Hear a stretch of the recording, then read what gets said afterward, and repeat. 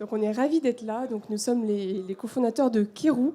Nous sommes donc spécialisés dans la création de souvenirs digitaux. Donc je suis avec Sébastien, donc mon associé, CTO, puis moi-même, Hélène. On a la chance aujourd'hui d'être à Station F. On est une équipe donc de 6 personnes. Mais avant cela, je voulais vous raconter l'histoire de Keroo.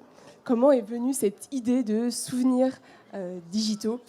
En fait, il y a plus de 4 ans, j'ai fait un road trip en Amérique centrale et du Sud et j'ai notamment visité Tikal au Guatemala. Je ne sais pas si vous connaissez ce site, c'est d'ailleurs le lieu qui a servi d'accueil pour Star Wars.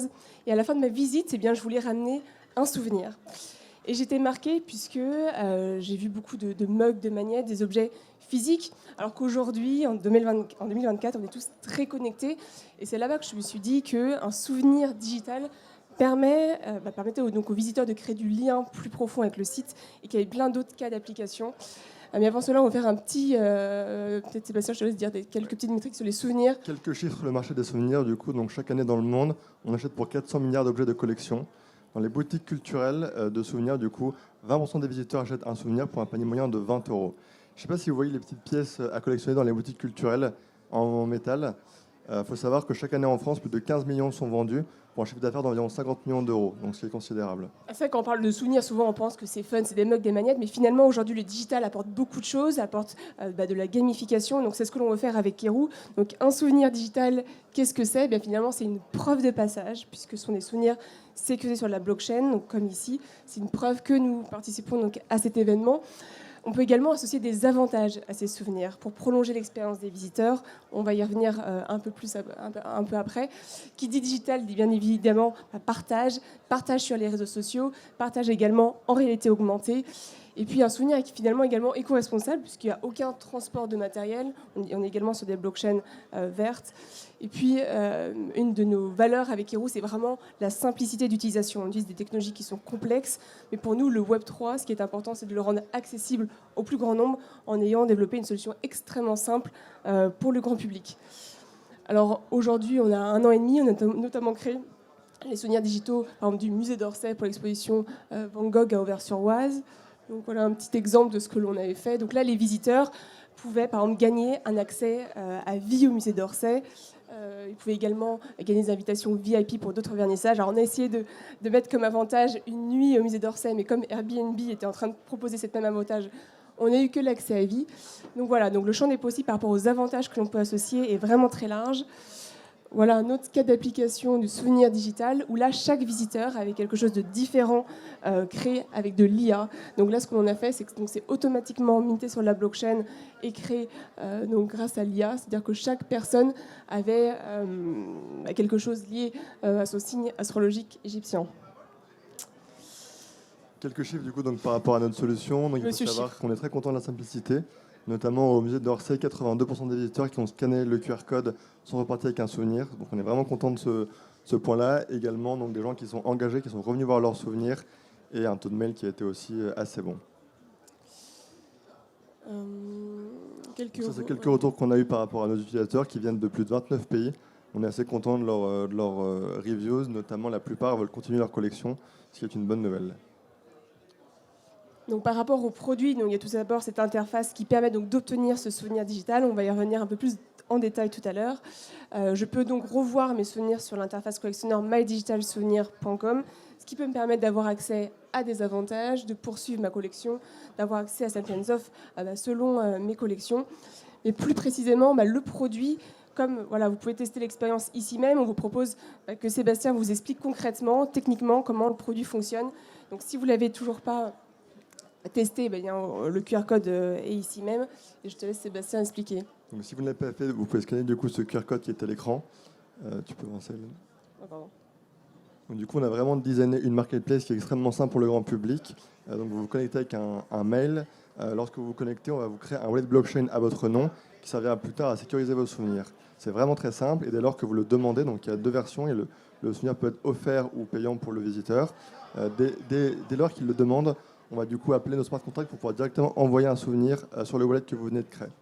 On a une solution qui est également accessible par téléphone portable ou par social, donc par login par Google ou Facebook, c'est vraiment très très simple. Et on est aussi multi-chain, donc là on a commencé avec Tezos, qui est une solution de blockchain franco-américaine, et on est dès lors du coup avec des blockchains Ethereum telles que Polygon. On a une solution, comme vous pouvez voir, pour Taken qui est vraiment entièrement customisable, vraiment à l'image de notre partenaire. On peut aussi également intégrer la solution chez notre partenaire par rapport à son nom de domaine pour avoir vraiment une expérience en marque blanche totale. Et on a aussi donc une interface qui vient directement se mettre dans la langue du visiteur. On supporte plus de 15 langues à ce stade. D'accord. Hein. Et donc du coup, donc, par rapport, donc le souvenir peut être offert comme dans le cas de Taken, ce qui est très gentil de leur part. Il peut également être payant pour le visiteur. Donc le visiteur de là peut simplement acheter son souvenir avec une carte bleue. Un paiement également possible par Apple ou Google. Donc pas besoin de crypto, pas besoin de wallet. C'est vraiment très simple pour le visiteur. Et c'est nous, du coup, de notre côté, qui avons développé des services pour pouvoir directement envoyer ces NFT, ces souvenirs sur votre wallet. Par rapport donc au design du souvenir digital en lui-même, eh bien finalement il y en a plusieurs. Donc on peut tout d'abord créer des souvenirs donc en 3 dimensions que l'on peut partager en réalité augmentée, comme celui de Tecan ou du musée d'Orsay.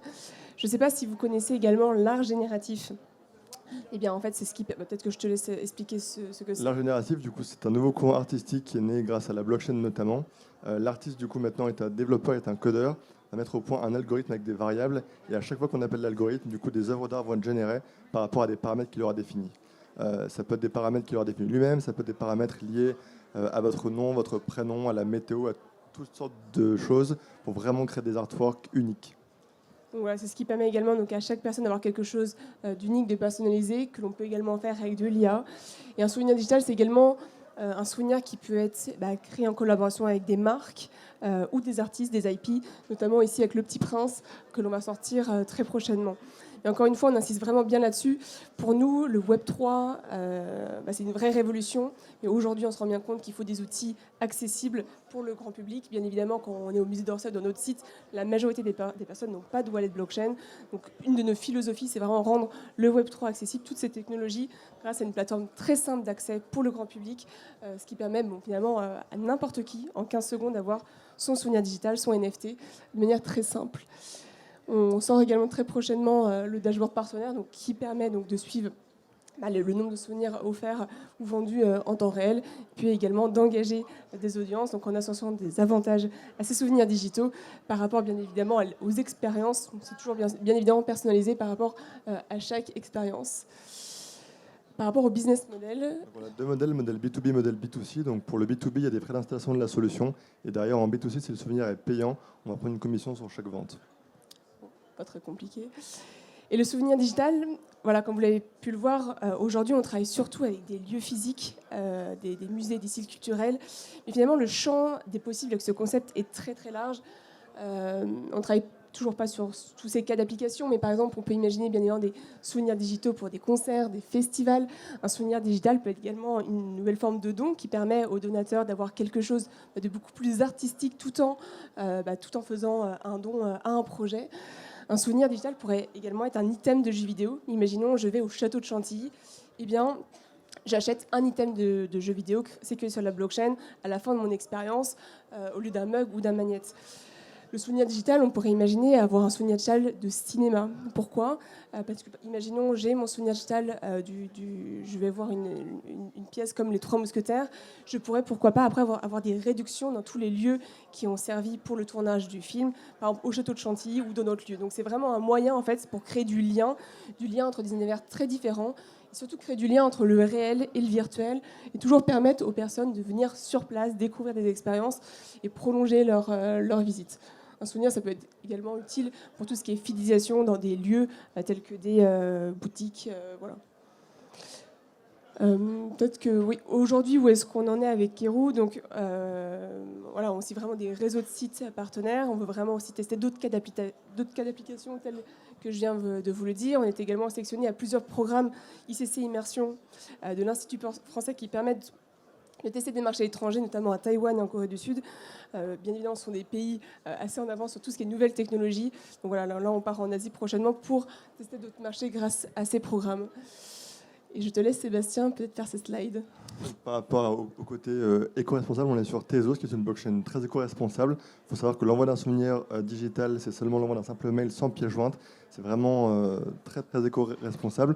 On est également sur Polygon, qui est une blockchain. En fait, il y a deux types de blockchains, les blockchains Proof of Work qui sont énergivores et les Proof of Stake qui le sont beaucoup moins. On a vraiment fait le choix d'avoir des blockchains non énergivores pour justement avoir des souvenirs éco-responsables. C'est vrai que souvent, quand on explique le concept souvenirs digitaux, il y a des personnes qui disent oui, mais c'est pas écolo ce genre de choses, alors que non, finalement, il n'y a aucun transport de matériel. Et, voilà. Un dernier point par rapport à ça, 73% des souvenirs vendus dans les boutiques culturelles françaises viennent de l'étranger, ce qui engendre du coup des transports de matériel coûteux en carbone. Voilà quelques-uns de nos partenaires. Et voilà.